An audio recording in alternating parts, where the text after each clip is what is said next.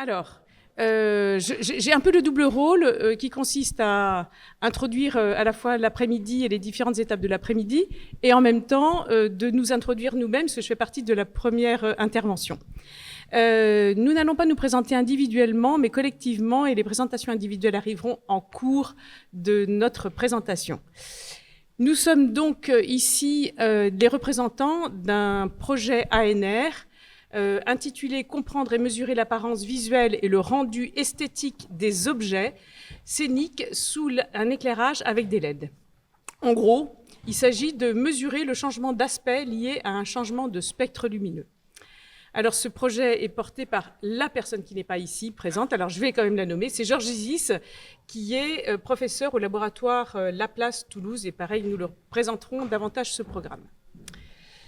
Alors, pourquoi ce projet pluridisciplinaire, national et universitaire? Eh bien, parce que nous sommes face à un changement de type d'éclairage qui nous a été imposé, comme nous le savons tous, que ce changement a modifier la manière de travailler, des adaptations forcées, que ce soit matérielles et humaines, la transformation des métiers. Ce matin, on en a eu un très bon exemple. Il me semble que maintenant, on passe beaucoup plus de temps devant les pupitres que fut un temps pas si lointain.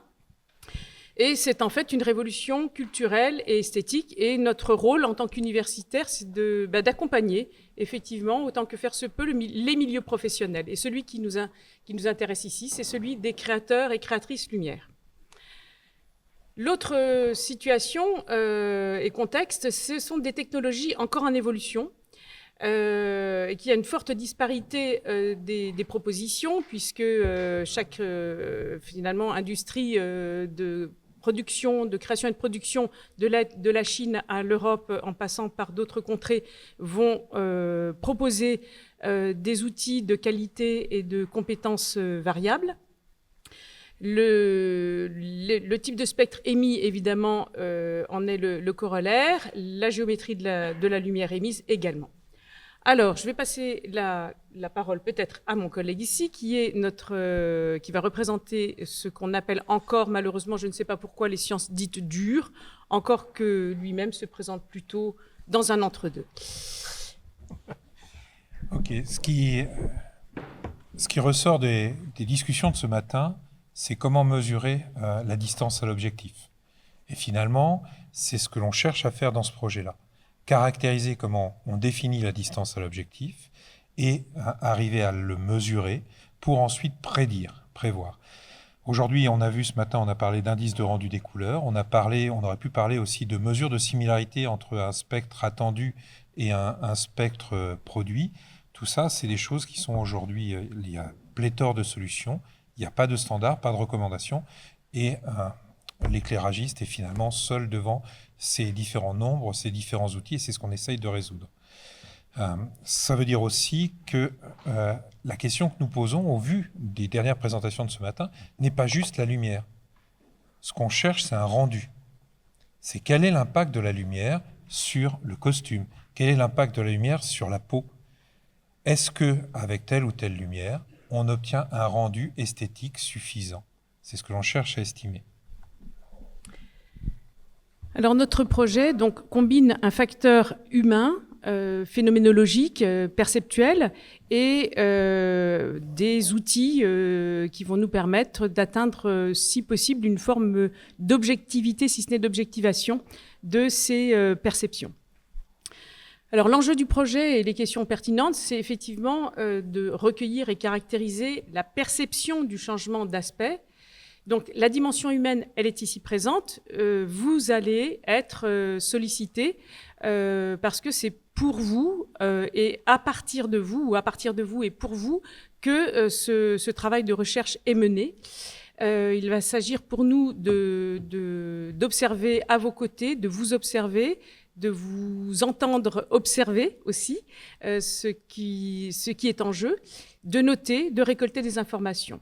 Ceci nous permettra ensuite de définir des outils de mesure du changement d'aspect en les corrélant à la perception des observations standards et experts, c'est-à-dire effectivement essayer de réunir la dimension perceptuelle humaine à des caractérisations objectivables, si tant est que ce soit possible. Alors, ceci s'organise à travers des blocs de travail qui sont comprendre, caractériser et modéliser, que nous allons vous expliciter davantage. Alors, c'est là que nous allons nous présenter. Qui va faire ce travail? Alors, le premier groupe de travail appartient au Centre d'études des arts contemporains, qui est à l'Université de Lille et qui est un laboratoire de petite taille. Nous, les sciences humaines et sociales, nous avons des laboratoires de petite taille, compte tenu du nombre de personnes qui y travaillent. Mais nous sommes, en tous les cas, des forces vives. J'ai constitué donc un programme de recherche lumière de spectacle que je co-dirige avec Cristina Grazioli de l'Université de Padoue, ici présente, assistée d'Antonio Palermo, maître de conférence à l'Université de Lille, également ici présent, et avec un panel de doctorants qui s'engagent dans des projets. Ici, Nanook Marty, qui est doctorante et qui est engagée dans le projet. Ce programme LDS a pour principal objectif de créer une culture universitaire de la lumière. C'est-à-dire, je me suis rendu compte qu'à l'université, rares étaient les personnes, voire inexistantes, capables de parler de la lumière de spectacle en dehors de l'utilisation d'outils empruntés à d'autres domaines, par exemple la philosophie ou les arts plastiques, mais de parler vraiment de la lumière de spectacle, parce qu'il n'y avait pas cette expertise, en tous les cas, mise en activité de travail de recherche. Donc j'ai créé ce groupe de recherche. J'ai rencontré Cristina Grazioli qui, en solitaire, menait ce travail en Italie. Donc nous nous sommes solidarisés dans ce programme de recherche, et maintenant nous travaillons avec pas mal de Brésiliens aussi. Voilà, pour nous. Ensuite, l'autre groupe laboratoire, l'ARACEPIA, représenté par Élodie Béchera ici. Bonjour. Donc le LARACEPIA, c'est un laboratoire de recherche en sciences humaines, donc un petit laboratoire aussi, comme le disait Véronique, qui est spécialisé dans le design et plus spécifiquement dans le design couleur. Donc c'est par cette expertise couleur aussi qu'on est présent sur le projet. Donc le design couleur, c'est, on va dire, plutôt une approche de la couleur qui, on va dire, est en amont aussi des applications, qui peut être dans les applications, mais qui va plutôt viser à construire des outils autour de la compréhension et de l'usage de la couleur, en travaillant sur ces dimensions strictement chromatiques via des axes TSL, comme on a pu en parler tout à l'heure, via des approches plus lexicales, des approches culturelles, techniques, etc. Et donc qui permettent d'envisager les différentes dimensions d'un projet de couleur ou d'un problème de couleur. Donc bon, voilà, cette approche multifactorielle, on va le voir, et je pense importante aussi pour le projet. Et donc notre laboratoire s'appuie aussi sur une plateforme d'innovation autour de la couleur, qui est en train de finir d'être équipée et qui sera ouverte incessamment sous peu à tous les professionnels, je lance un appel un petit peu, qui s'intéressent à la question de la couleur dans différents secteurs, puisqu'on va avoir différents plateaux, dont un plateau immersion dans lequel on va pouvoir travailler la couleur, mais aussi en interaction avec d'autres sens. Voilà. Et nous sommes donc 3 à travailler sur ce projet dans le laboratoire. Donc moi-même, qui est plutôt une expertise lumière et scénographie, mais plutôt d'exposition. Ma collègue Céline Comon, qui, elle, est plutôt couleur et tendance. Et Estelle Guéry, donc, nous avons embauché en post-doctorat sur ce projet, et qui a, on va dire, un profil un peu particulier, puisqu'elle a fait sa thèse à cheval entre notre laboratoire en design et le laboratoire de Georges Gysis en physique. Noël Richard, donc du laboratoire XLIM. XLIM est à Poitiers. Et c'est un gros laboratoire dont la maison mère est à Limoges. Enfin, c'est un gros laboratoire, oui. avec près de 500 personnes. Mais l'équipe dans laquelle l'équipe que je dirige, l'équipe Icône, est une équipe d'une quinzaine de permanents et donc d'une trentaine de personnes. Outre cette partie-là, il y a notre rapprochement au niveau de la Commission internationale de l'éclairage, où je dirige la division 8, qui est Image Technology. Et ce lien avec la CIE, avec les offices de normalisation, est aussi important pour le projet. C'est travailler dans le sens de produire des outils qui soient utilisables au quotidien. Et pour qu'ils soient utilisables, il faut qu'ils soient acceptés internationalement. Et autre partenaire du projet qui s'est rajouté une fois que le projet a été déposé et accepté, c'est le META, qui est un centre dramatique national à Poitiers. Et nous allons travailler avec eux pour les expérimentations psychovisuelles, histoire de faire des expérimentations en vraie grandeur, qui soient au plus proche de vos questions. L'autre partenaire dans ces sciences physiques, c'est Georges Zizi, qui est au sein du laboratoire Laplace à Toulouse. Donc, laboratoire Laplace, c'est plasma et conversion d'énergie. Un gros laboratoire aussi, plus de 400 personnes. Et Georges est responsable de l'équipe lumière-matière. Et on est ici au cœur du sujet, l'interaction de la lumière avec la matière pour notre ressenti. Comment mesurer ça? Donc, il y a des compositions entre les axes de travail de son équipe et les thématiques de travail. Enfin, le dernier partenaire. Hop, il y en avait un là, mais on l'a loupé. Alors, je représente une jeune société française que vous connaissez peut-être. Robert Juliat, fondée en 1919 par Robert Juliat. C'est une société toujours familiale. C'est les petits-fils qui gèrent la société et on fabrique toujours en France. Vous êtes les bienvenus si vous voulez visiter l'usine. On est toujours ouvert. L'idée pour moi dans le projet, enfin en faisant part dans ce projet, c'était aussi de garder le lien avec notre industrie, aussi bien en France qu'à l'international. Parce que faire des recherches pour que ça reste dans des dossiers de recherche, ça sert à rien. Il faut vraiment une application, que ça soit utile sur le terrain. Donc, de mettre en place des connexions avec notamment tout ce qui est matériel et tout ce qui est technologie actuelle et avec les utilisateurs sur le terrain. Voilà. Alors voilà, donc une équipe composite qui a été pensée dans le sens de la complétude du sujet. On l'espère. Et alors ce projet, qu'est-ce que c'est? C'est aussi tout un process et avec une méthodologie. La méthodologie, donc, elle est regroupée en 3 work packages, comme on dit, et avec des tâches. Ce sont des tâches tout simplement. Donc la pluridisciplinaire, vous l'aviez compris, je l'ai déjà dit.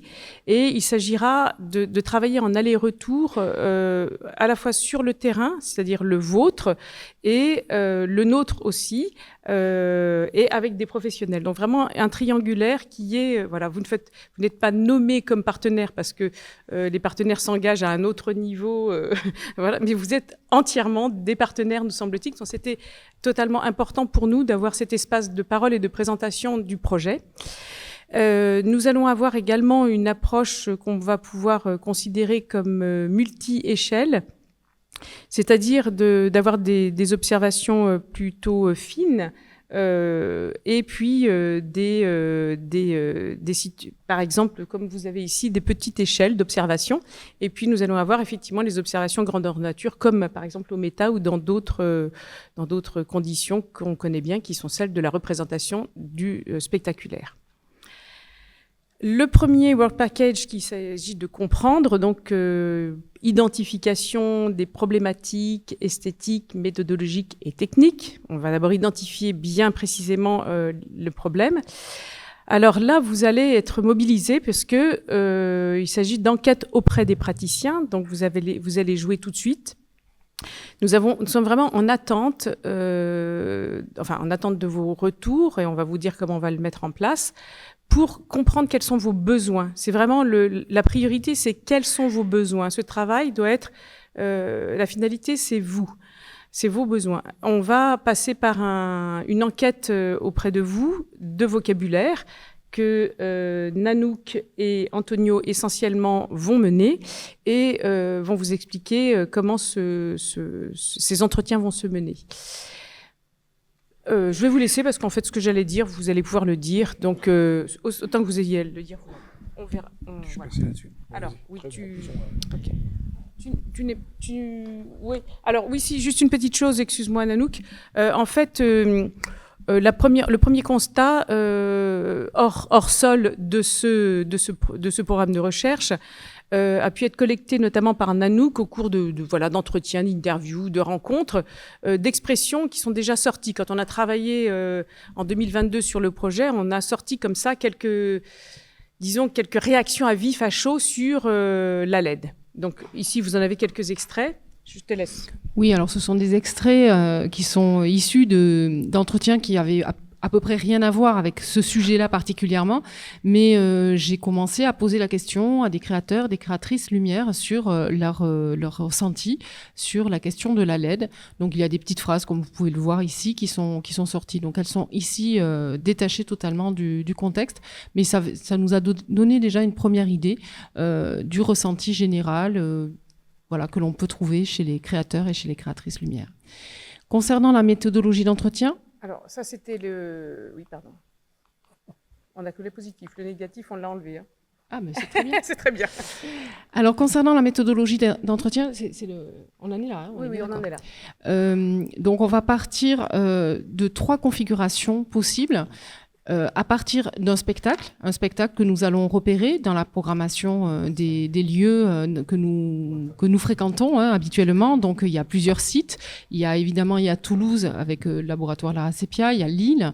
Moi, il se trouve que j'habite Marseille, et puis il y a aussi Poitiers avec le Méta. Donc on couvre quasiment le territoire. Donc à partir des praticiens, oui. À partir de ce spectacle, on va pouvoir recueillir le point de vue du créateur ou de la créatrice, mais aussi, dans un autre temps, le point de vue du spectateur. Oui.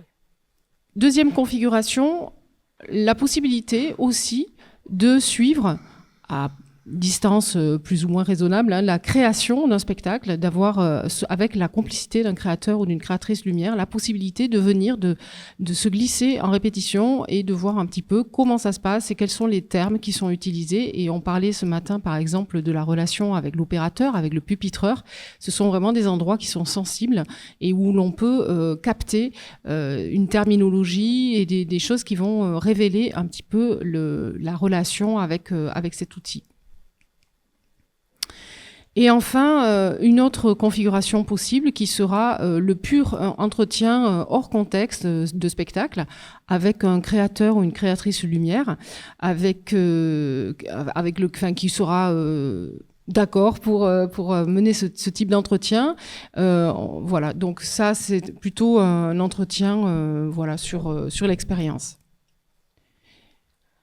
Donc cet entretien, la plupart de tous ces entretiens, en fait, on va recueillir des informations de la plupart, des créateurs lumière.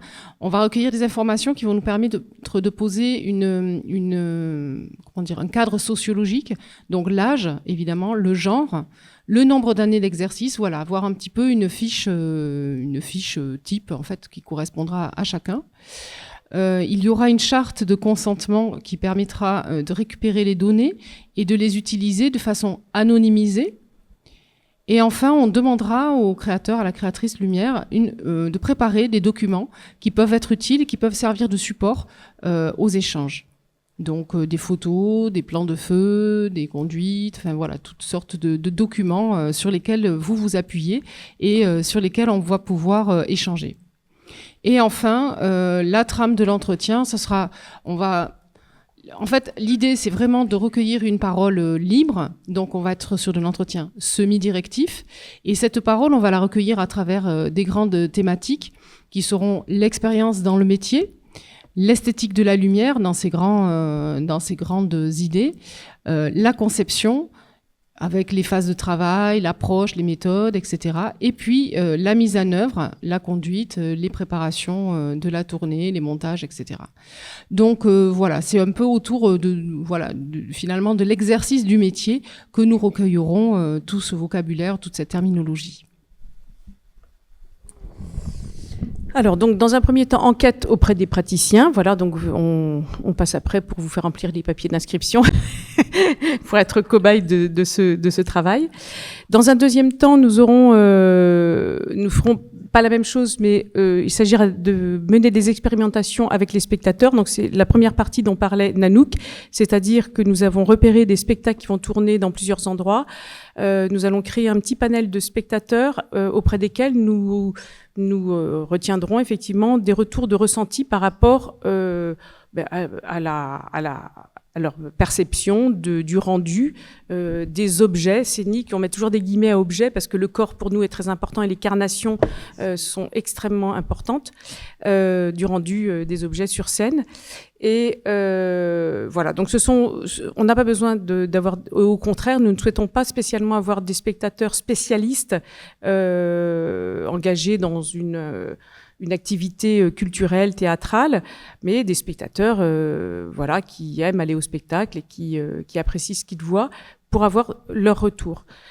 L'idéal pour nous, on ne vous le cache pas, ce serait d'avoir à la fois le créateur et du spectacle en question. Donc à ce moment-là, vous vous rapprochez enfin, ce sera un protocole qui vous sera proposé très précisément.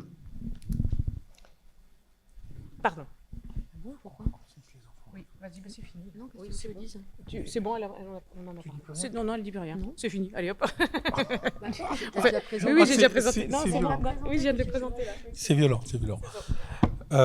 Ok, la partie mesure va s'appuyer ici sur des outils d'imagerie avancée, donc imagerie multi- et hyperspectrale, qui permettent d'acquérir en chaque pixel un spectre. À partir de là, on peut se projeter dans différents espaces, dans des espaces perceptuels, dans des espaces physiques, pour pouvoir corréler ces mesures avec les retours des enquêtes psychovisuelles. Donc ça, c'est le savoir-faire de XLIM. Et dans le projet, ça va correspondre à deux choses. Ça a d'abord une base de données de ces images. Quelles sont les réalités physiques que l'on a enregistrées et en quoi elles disent une partie des ressentis que vous avez. Et de l'autre côté, des outils numériques qui peuvent être utilisés sur ordinateur ou dans des outils portables, qui sont des outils qui vont devenir des outils, pas du quotidien, mais en tout cas des outils de mesure. Actuellement, nos problématiques, c'est trouver les bons tissus pour faire ça.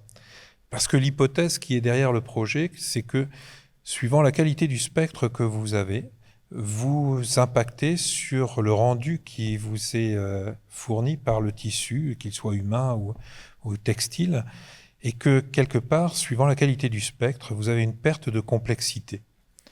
Or, dans de nombreux travaux depuis Birkhoff, depuis les années 20 du siècle précédent, la complexité est directement reliée à l'esthétique. Et c'est ici que se passe la boucle du projet. Ce qui veut dire que le projet, dans ce qui va être fait, on va s'appuyer sur un protocole, là, ici, qui va ressembler à ça, où on va avoir le même tissu éclairé par deux projecteurs différents, et on va interroger des spectateurs sur lequel ils préfèrent. Donc la question est encore en cours de travail. Est-ce que c'est une préférence? Est-ce que c'est une différence? Est-ce que c'est une proximité? C'est très compliqué d'interroger l'humain parce qu'il apprend à chaque question. Donc c'est ce qui est prévu, et forcément, on va avoir des mesures ici. Les tissus vont être un peu comme ceux que va présenter Ludwig tout à l'heure, doivent avoir une complexité, donc un grand nombre de variations couleurs et de textures, de telle façon que quand l'éclairage change, le contenu change. Et ce qui nous intéresse, c'est qu'est-ce qui est perdu, et être capable de le mesurer. Je me permets juste une petite chose parce que j'y pensais tout à l'heure, mais en fait, on repose la question de Walter Benjamin sur la reproductibilité, effectivement, dans une nouvelle donnée, parce que le principe des tournées, la question a été posée ce matin, va nous conduire à cette question-là exactement. Donc, le Work Package 1, c'est acquérir ces données, faire ces expérimentations. Le Work Package 2, c'est caractériser toutes ces pertes. Qu'est-ce qu'il y a qu'on a perdu, que l'on ne voit plus, qui n'est plus mesurable, qui a disparu physiquement. Donc, il s'appuie autour de ce triptyque qui dit qu'au milieu, j'ai juste une surface, et elle n'a pas changé ma surface. Ce qui a changé, c'est l'éclairage que j'ai de ça. Mon observateur, son cerveau a une mémoire de ce qu'il a vu ou de ce qu'il attend. Et on va pouvoir faire les mesures. Ici, on les met dans deux domaines. Le domaine physique. Celui-ci, il est indépendant de l'homme, il est reproductible, on le connaît bien.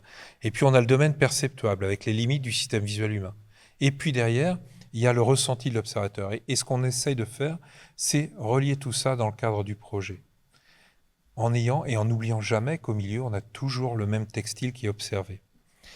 Ce qui dit que dans les termes que vous entendez souvent, quand on va s'exprimer, on va parler de ce qui est perceptuel, quand on se projette dans ce que perçoit l'observateur, l'aspect physique, qu'est-ce qui est physiquement présent, mesurable, et de façon reproductible. Et c'est là où interviennent ces fameux imageurs hyperspectraux et multispectraux. Et puis l'expérimentation psychovisuelle, qui est ce qui est le plus difficile dedans. Interroger, c'est ce qui est le plus difficile. Et tout ça, après, on va faire appel, on ne va pas vous embêter avec les équations et les choses comme ça, mais mon métier à moi, c'est de définir des attributs qui caractérisent l'aspect d'un tissu, l'aspect d'un tissu qu'il soit 2D ou qu'il soit 3D dans le cadre d'un scanner, par exemple pour du médical. Et là, le terme qui apparaît, c'est complexité. Alors le gros mot est complexité spatio-chromatique, juste pour dire qu'il y a un aspect spatial dans la complexité et un aspect variation des couleurs, variation spectrale, et que c'est quelque chose de conjoint. On ne peut pas traiter les deux séparément, sinon on n'intègre pas toute la complexité. C'est ce qu'on va faire. Et à partir de ces travaux-là, Georges, sur Toulouse, va essayer de designer l'outil parfait de mesure de cette complexité et de ces attributs.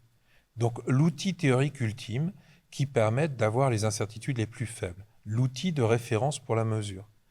Et dans le cadre du Work Package 3, ce que l'on essaiera de faire, c'est de réduire ceci. À partir de la mesure ultime, comment produire des outils intermédiaires dans un rapport coût-précision. CMF.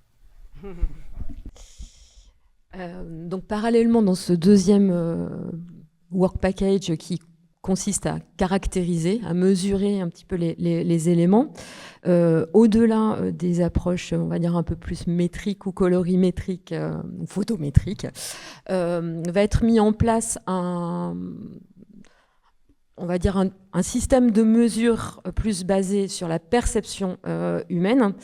Donc un travail de caractérisation empruntant à certains outils du design couleur.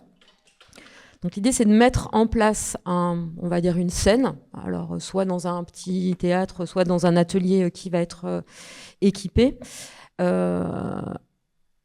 avec un protocole donc qui va émaner des résultats, notamment des expérimentations qu'aura fait XLIM, et de ce qui va être des données qui vont avoir émergé du premier work package, où on va donc créer des scènes du plus simple, on va dire, au plus complexe, enfin un minimum de complexité, pas trop non plus. Mais donc par exemple un cube qui va être blanc, puis noir en velours. Enfin voilà, on va tester différentes configurations. Donc on va sortir que de la surface, mais aussi rentrer en volume et dans la profondeur, et soumis à différents systèmes d'éclairage LED pour essayer d'obtenir différentes scènes éclairées qui vont être caractérisées sur leurs différents paramètres par un petit groupe qui va être formé au protocole et qui va donc permettre de faire quelque part des palettes de couleurs vues, des palettes de textures de ce qu'on a vu aussi, donc est-ce que les textures ressortent ou pas, de savoir les caractériser, donc ça à partir d'une liste de vocabulaire qui va être extrait du Work Package 1, où on va pouvoir venir identifier est-ce que ce qu'on voit correspond à tel descripteur de texture ou tel descripteur chromatique qui va être extrait du vocabulaire des professionnels. Peut-être, est-ce que... Ouais, voilà. Et on va aussi essayer d'identifier ce que ça produit sur un plan plus émotif et je dirais poétique au travers des ambiances. Donc là, à l'écran, je vous ai mis quelques exemples qui n'ont rien à voir avec le projet, puisqu'on n'en est pas encore à ce stade-là, donc on n'a pas véritablement de résultats à vous montrer. Mais c'est plus pour montrer les types de représentations auxquelles on va pouvoir, et de données auxquelles on va pouvoir aboutir à partir de ce type d'expérimentation, c'est-à-dire d'une part des palettes de teintes, donc c'est ce que vous avez en haut à droite. Bon, là en l'occurrence c'est des palettes de teintes pour des façades, donc la nomenclature qui est utilisée c'est vraiment des peintures de façade, mais on peut très bien imaginer que ce qui est un double encodage avec du XY ou du lab et plus une teinte éventuellement de gélatine, voire un nom qui soit plus commun, type voilà, tout à l'heure on a parlé de bleu nuit, un type bleu nuit. En dessous vous avez des palettes de texture. Bon, donc c'était juste pour dire qu'on va aussi parler de la texture visuelle qui se dégage sous certaines lumières. Je suis pas sûre qu'on fasse véritablement des palettes de matériaux à proprement parler. J'ai surtout parlé de ce que vous avez à gauche, pour le coup, qui là sont plutôt ce qu'on appelle des planches d'ambiance, donc qu'on utilise beaucoup dans le domaine du design et qui permet d'exprimer à partir d'images, de références, d'échantillons, de palettes, une atmosphère générale d'une scène. Je sais que certains scénographes ou metteurs en scène travaillent aussi avec ce type de représentation, alors parfois pas aussi mise en page, mais donc voilà, c'est voir aussi comment une atmosphère, puisque parfois on va parler tout à l'heure on a parlé d'atmosphère cauchemardesque, une atmosphère cauchemardesque, ça se traduit comment en termes de teinte, en termes d'intensité, et comment ça on peut arriver à le paramétrer et à le mesurer pour envisager peut-être à terme de le faire passer sur les machines.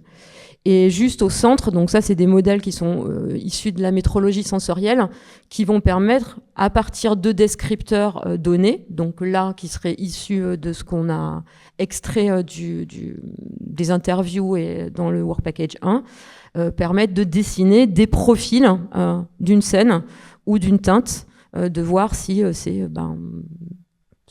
selon les termes qu'on va avoir utilisés, est-ce que c'est doux, est-ce que c'est vif, est-ce que c'est texturé, est-ce que c'est intense, etc. etc. Voilà. Tu te lances sur le 3 Et après, on va arriver, Ouais. on va arriver Donc, au professionnel. le troisième bloc de tâches, c'est celui de modélisation. Que fait-on de toutes ces mesures? Comment les utilise-t-on? Donc, le troisième bloc de tâches qui vise à produire des outils, des référentiels de rendu multicritères. Et ce qui veut dire que là, par rapport à la montagne d'attributs et de descripteurs qui vont être sortis, il y a forcément un travail d'extraction de ces critères et d'ordonnancement de ceux-ci pour définir quels sont ceux qui sont les plus importants. À partir de là, il y a la production de référentiels et de modes de représentation. Comment disposerez-vous de représentations graphiques qui vous aident à contrôler les éclairages? C'est ce qui est visé. Et tout ça s'appuie d'abord toujours sur ce triangle-là, sur la mise en corrélation de toutes ces mesures. Alors c'est une mise en corrélation un peu compliquée parce que toutes les études psychovisuelles ne vont pas produire des mesures, elles vont produire des ordonnancements. Vous êtes capable de plus facilement discriminer à droite deux textures ou de dire que là, il y a plus de détails ou moins de détails, ou c'est plus complexe, moins complexe. Donc, tout ça, va se faire avec des corrélations de rang, c'est des trucs un peu mathématiques, mais c'est pas compliqué, finalement. Ce qui permettra d'en extraire des attributs visuels pertinents. Au bout du projet, on aura forcément ce lien entre les mesures, vos observations, tous les mots. Et si ce travail est financé par l'ANR, c'est qu'il y a vraiment une grande difficulté à relier les mots de chacun, son vocabulaire, sa sémantique, sur un phénomène qui est commun, avec des mesures dans des cadres qui présentent une dimensionnalité qui est très grande. Donc il y a un vrai travail de recherche et il y a une grosse partie expérimentale aussi. Mais au bout du compte, finalement, quand on regarde tout ce qui est possible par relier ces mesures autour d'une surface observée, éclairée avec un éclairage type, un éclairage source, celui-ci ou celui-ci, ce projet, au-delà, va donner les bases pour pouvoir travailler sur cette question. Comment estimer la différence entre un rendu espéré, un rendu souhaité et un rendu obtenu? Voilà, c'est l'aventure sur laquelle nous nous sommes lancés. Voilà, merci.